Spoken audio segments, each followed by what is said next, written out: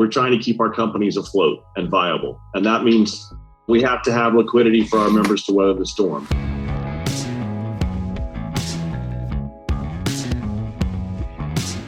Welcome to the Boxoffice Podcast. I'm Russ Fischer, the editorial director of the Boxoffice Studios, which provides content for movie theaters across the country. It is Friday, April 3rd, or, if you want to call it a little more realistically, you can say it's day number 412 of isolation or quarantine. I've lost track. I imagine a lot of you have as well. If this year had gone as planned, most of the exhibition arm of the motion picture business would just be getting home from CinemaCon, which is the annual theater owners convention in Las Vegas. And if you're listening to this podcast, I probably didn't have to explain that to you, but just, for the sake of everybody else, this year has not gone as planned, however. There was no CinemaCon, and for at least the next month in the United States, there is not really any cinema, at least from the perspective of commercial exhibition. This morning, Box Office Pro hosted a live sessions webinar featuring John Fithian, the president and CEO of NATO, the National Association of Theater Owners. In this episode, we want to highlight some of John Fithian's comments about the state of the industry, along with a few made by NATO's VP and CCO, Patrick Corcoran. So I'm joined today, as always, by Daniel Loria of Box Office Pro magazine and by Rebecca Pahle, deputy editor of Box Office Pro magazine. Daniel and Rebecca, welcome. Thank you for joining me. Thank you. Hey, happy to be here again. So Daniel, I guess to begin, tell me a little bit about the live sessions program that we've begun on which John Fithian guested earlier today. So obviously we're all disappointed that we couldn't make it out to Las Vegas. And that's a caveat, which is the only acceptable way to say that sentence is ending it with for CinemaCon. It's definitely, I don't think everyone's cup of tea as a city, but it's a great place for the industry to come together each year.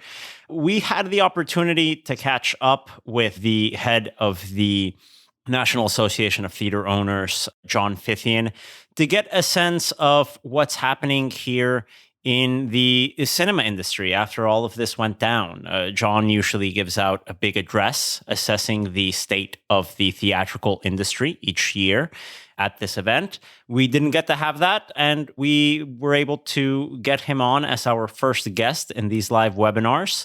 In this edition, Rebecca and I hosted both John Fithian and his colleague Patrick Corcoran, the Chief Communications Officer over at NATO.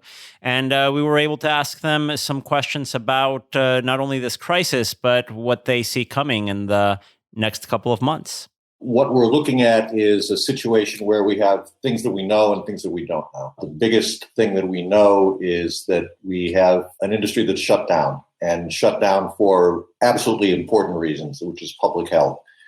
And we're going to abide by what the public health officials tell us. And that's going to be, both locally here in the U.S. and in many different jurisdictions. Hopefully it'll be as uniform as possible, but also around the world because, we are a local small town industry and we're a national industry and we're an international industry.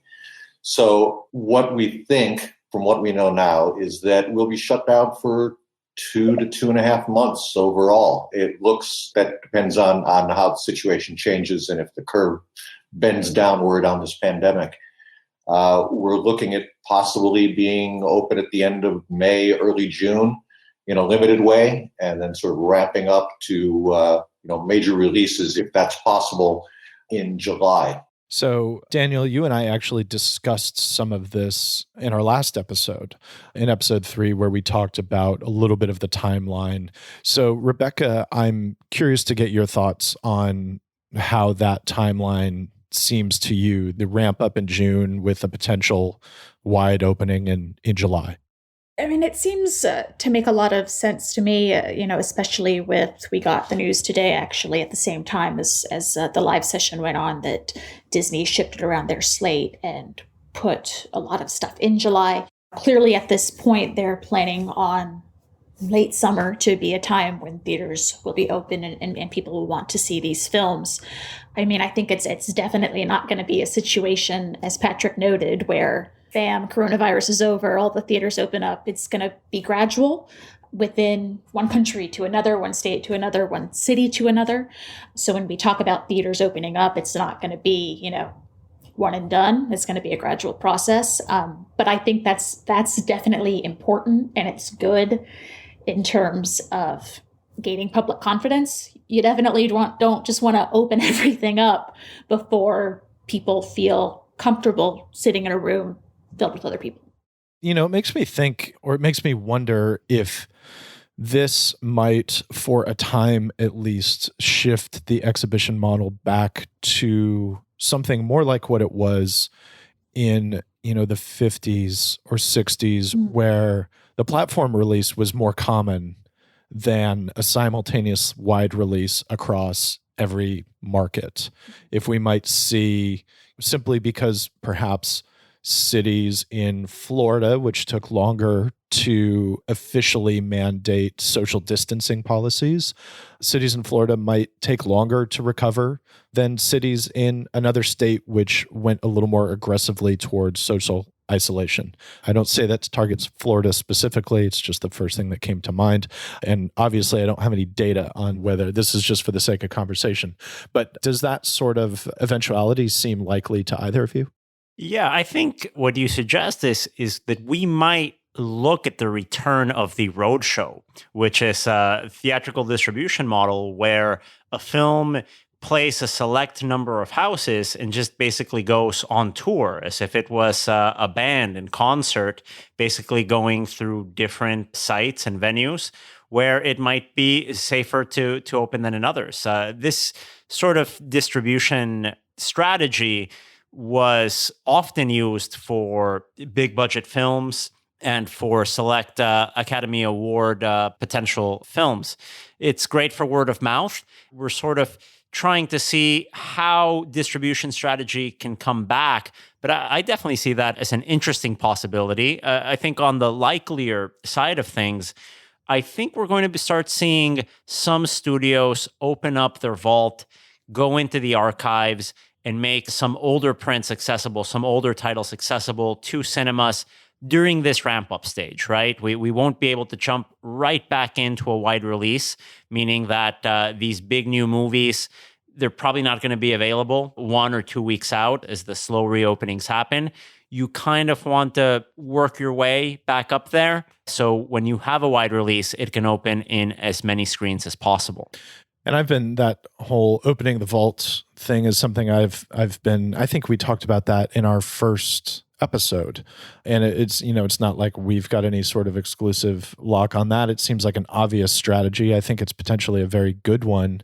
And ultimately what I'm saying is, I think that's going to be a really strong option, certainly for some of the major studios as we get into June and the beginning of July, especially with I guess what makes it interesting to me is over the last couple of years, we've just looked at some studios kind of closing down their vaults, especially Fox since the acquisition by Disney. Mm-hmm. And it would be a pretty big deal, I think, to see that policy reversed in response to this scenario that we find ourselves in now.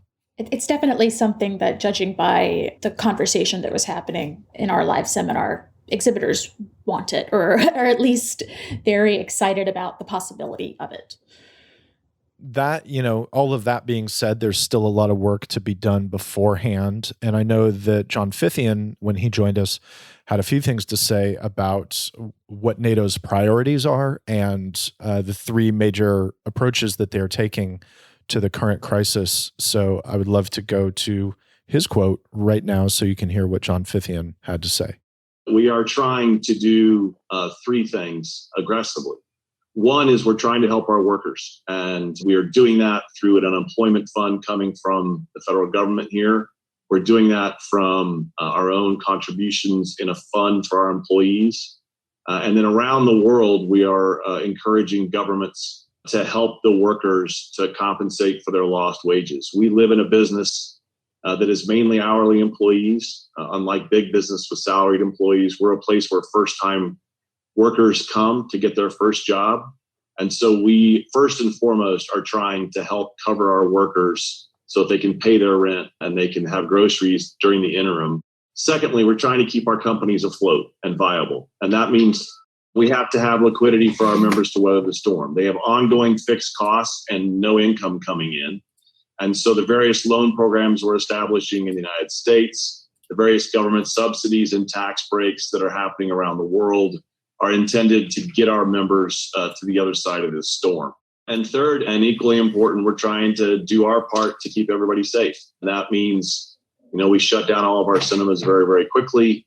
We're working with all of our governments as they support the healthcare efforts, because the faster we can get through this crisis, the faster we can get back up and running. And so those are our three big initiatives here in the United States and around the world.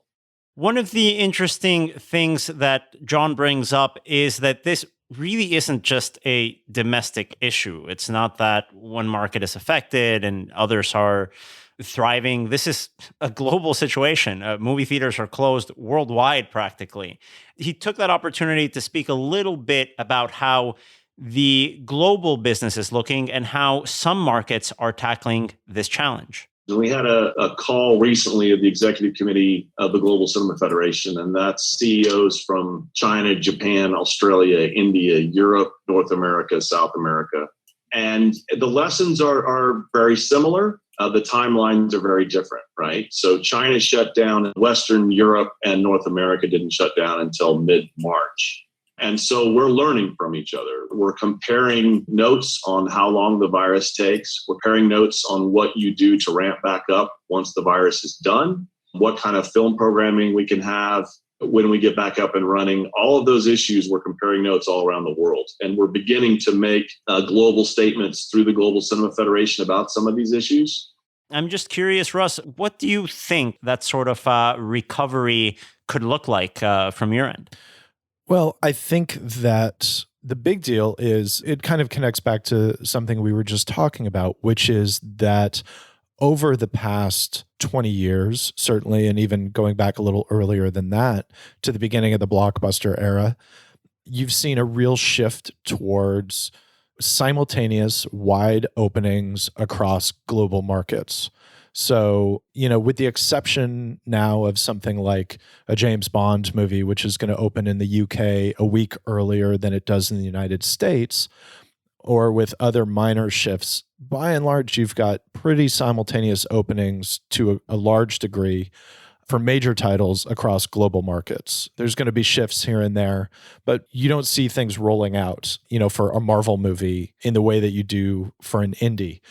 And yet, this sort of scenario might require something a little bit different than that.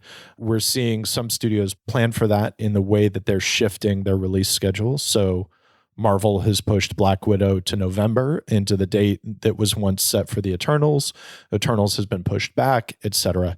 So we're going to see some release date shifting based on that so that biggest titles can potentially have this simultaneous global opening. But as we've talked about, that leaves a lot of empty space in the calendar that will need to be filled by something else. And so we need to see what that something else is going to be.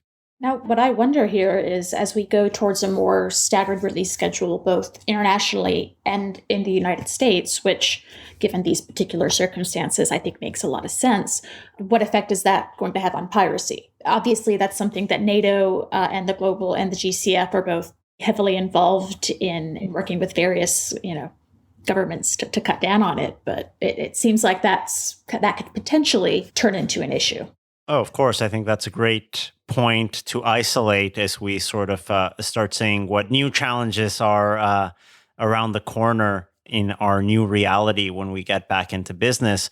Piracy is something that's been with the business for many, many years. Obviously, it's taken a bigger form in recent years through the means of digital media, whether it's trade bodies like the Motion Picture Association and local organizations that will be able to tackle that as it comes by. What I also find curious is in sort of opening back up, every cinema in each country is going to have a different set of rules. It's not going to be one uniform number of requirements or suggestions for businesses to open back up.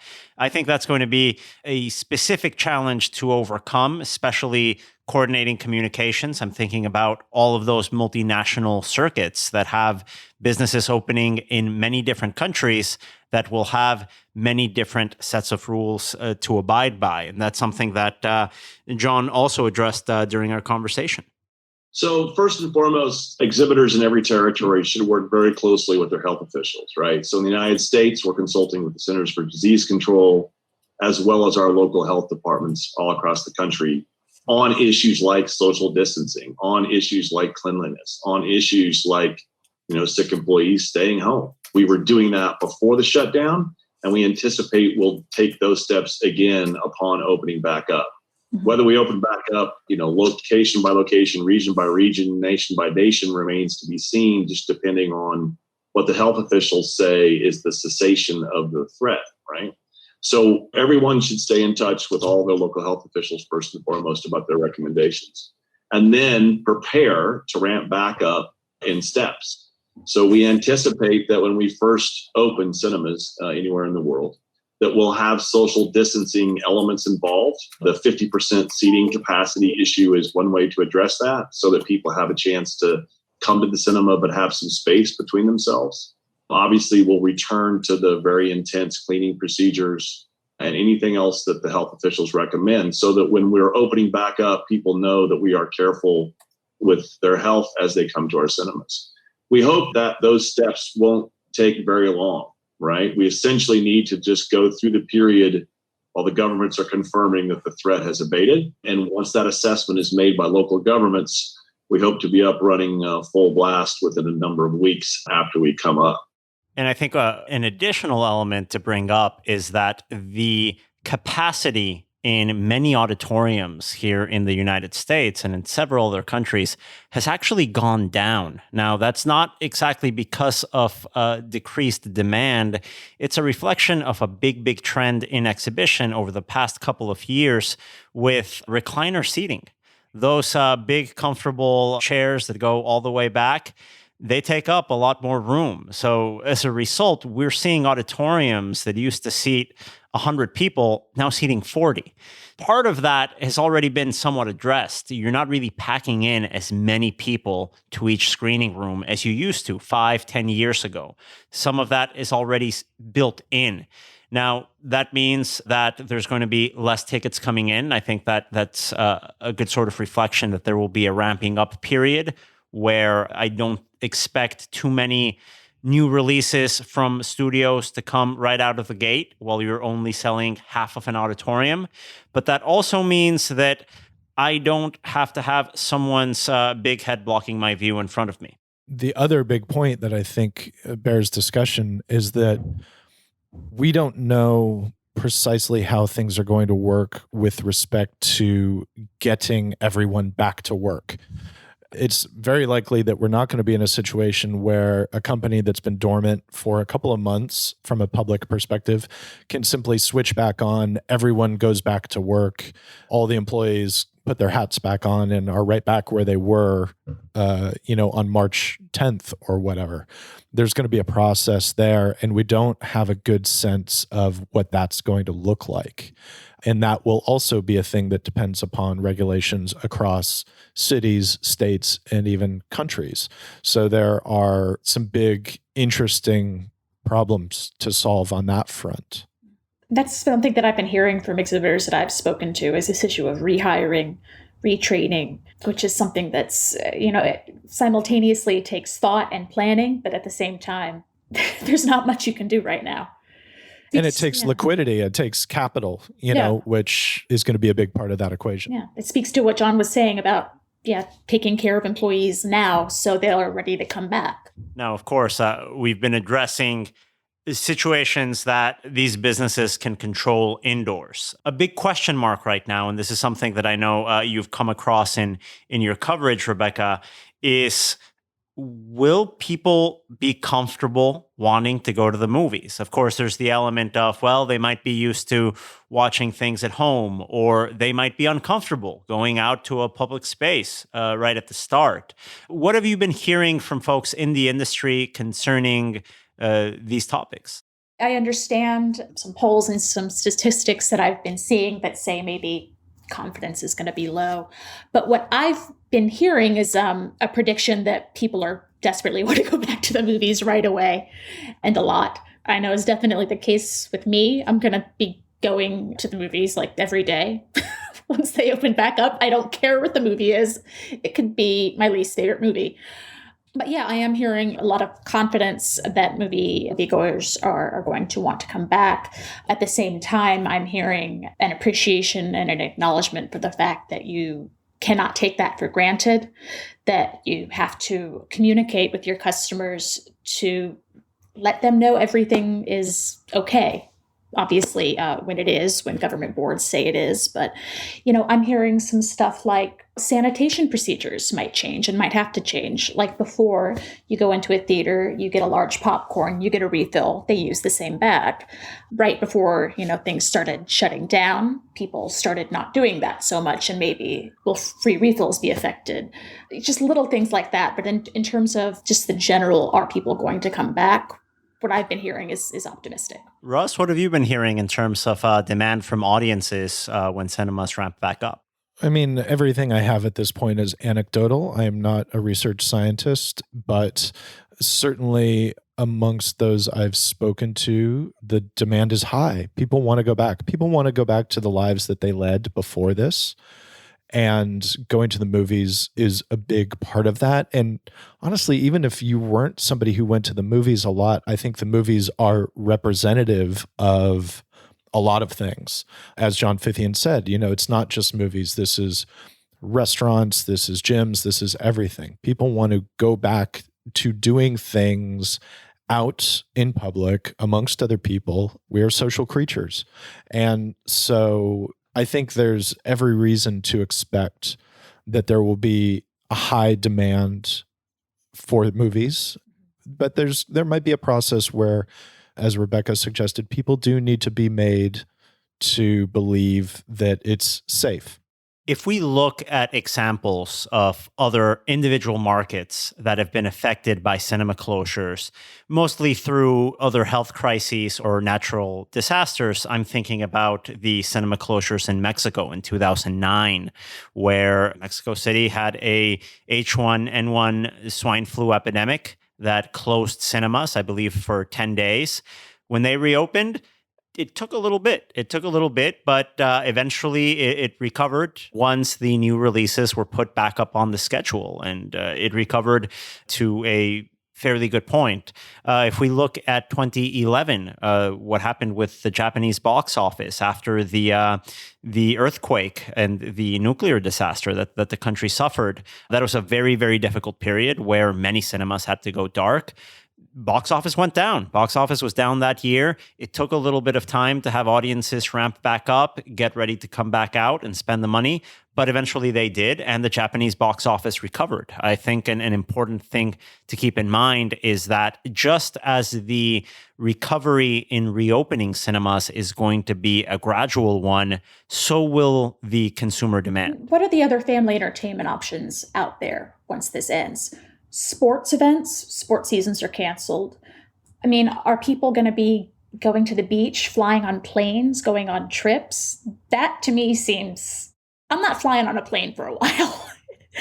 And that might be further away. I think that's a good point. I think it'll be a little bit more difficult to convince people to go out on a big trip or spend $250 on a sport game as opposed to going to catch a movie through a social distancing. A lot of people won't have the money to do the things they normally would have been doing late summer, and movie theaters are there, and compared to other forms of family entertainment, they're inexpensive.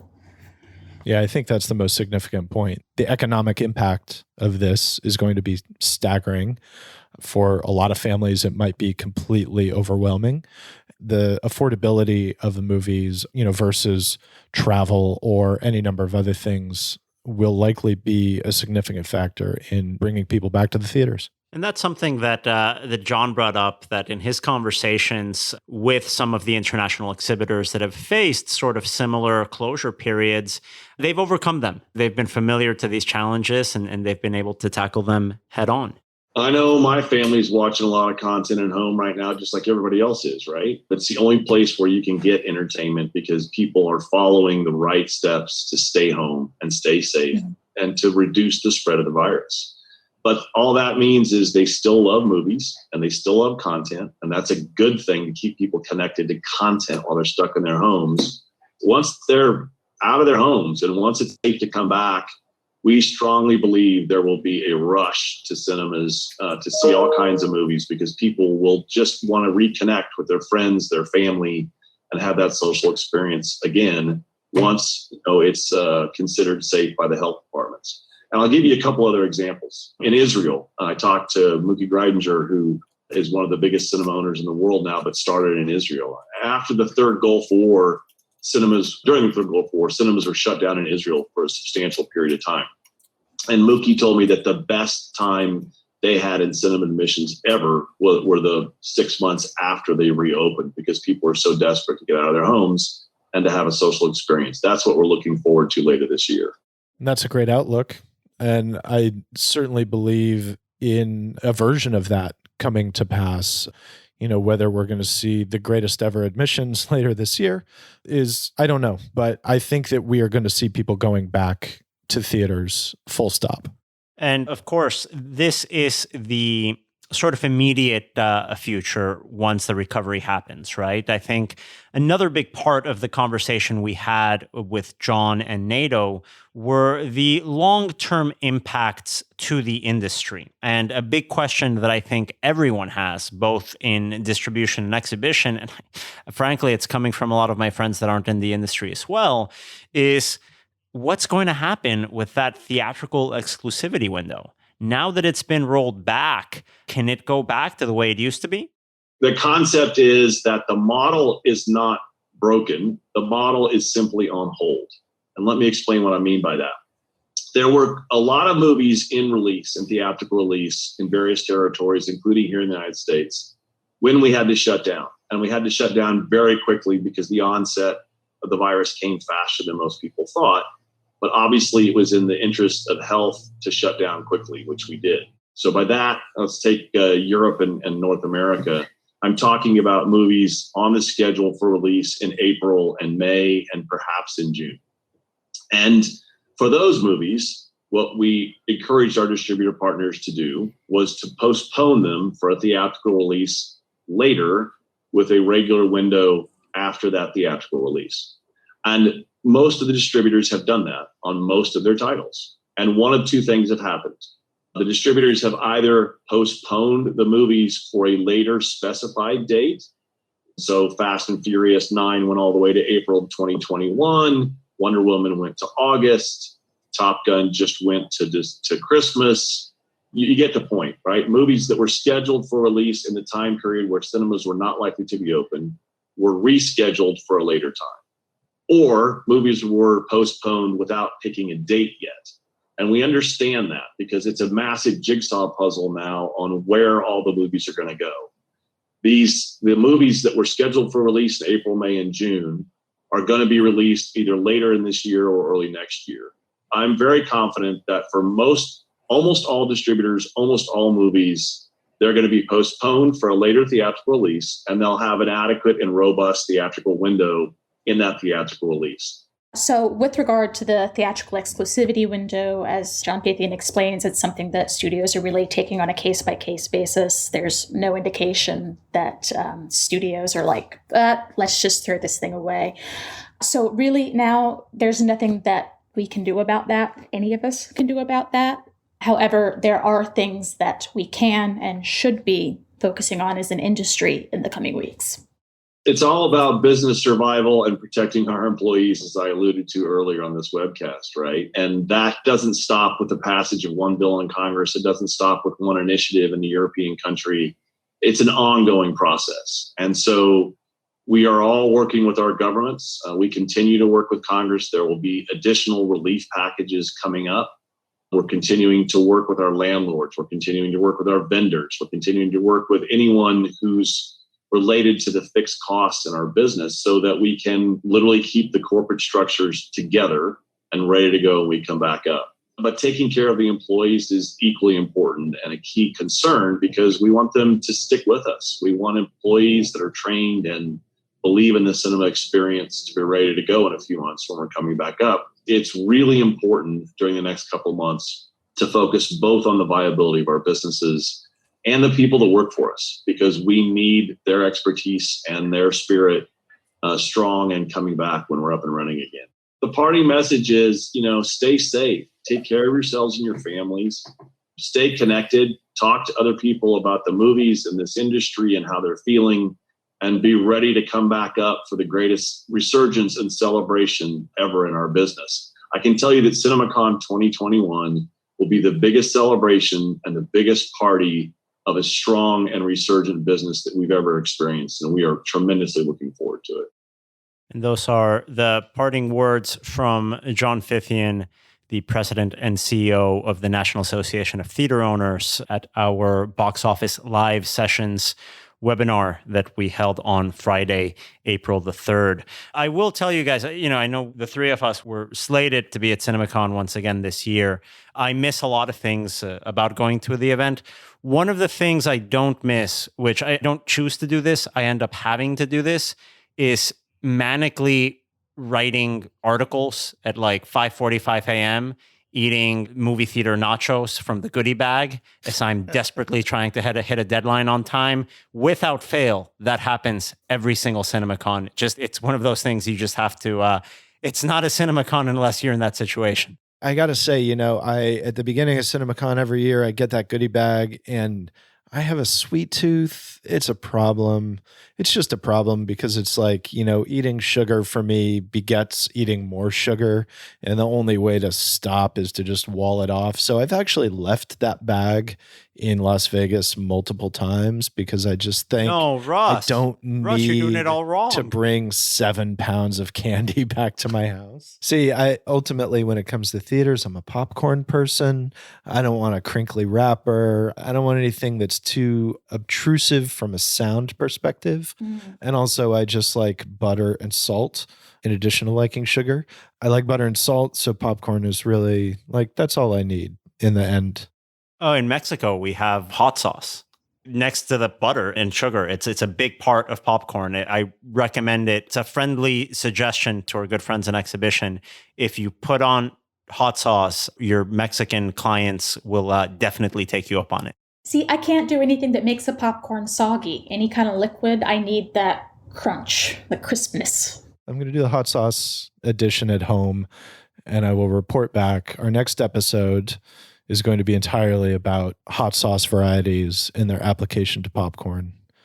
Thank you, Daniel and Rebecca, for joining us. Really great to have you both back here again. And to keep an eye on our upcoming live sessions, continuing the run that we began with John Fithian today, keep an eye on our social channels, such as Box Office on Twitter, where we will reveal further dates and guest announcements in the coming days and weeks. And don't forget to check in on our website, boxofficepro.com, where you can find the latest episodes of the Box Office Podcast and announcements for the next session of Box Office Live Session. You can also like and subscribe to our show on iTunes or follow us on Spotify or any other podcast catcher of your choice. Daniel and Rebecca, thank you. It's great to speak to you again. And we will join you back next week with another episode.